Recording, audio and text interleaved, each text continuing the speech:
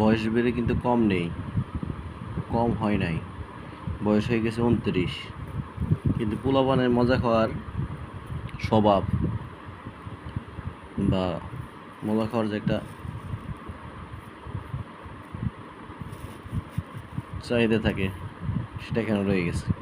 বাজারে দিন হইলেই পেঁয়াজ, নিমটি, বাদাম কিনে না খাও, রিজিকের খাবার। বিসমিল্লাহ।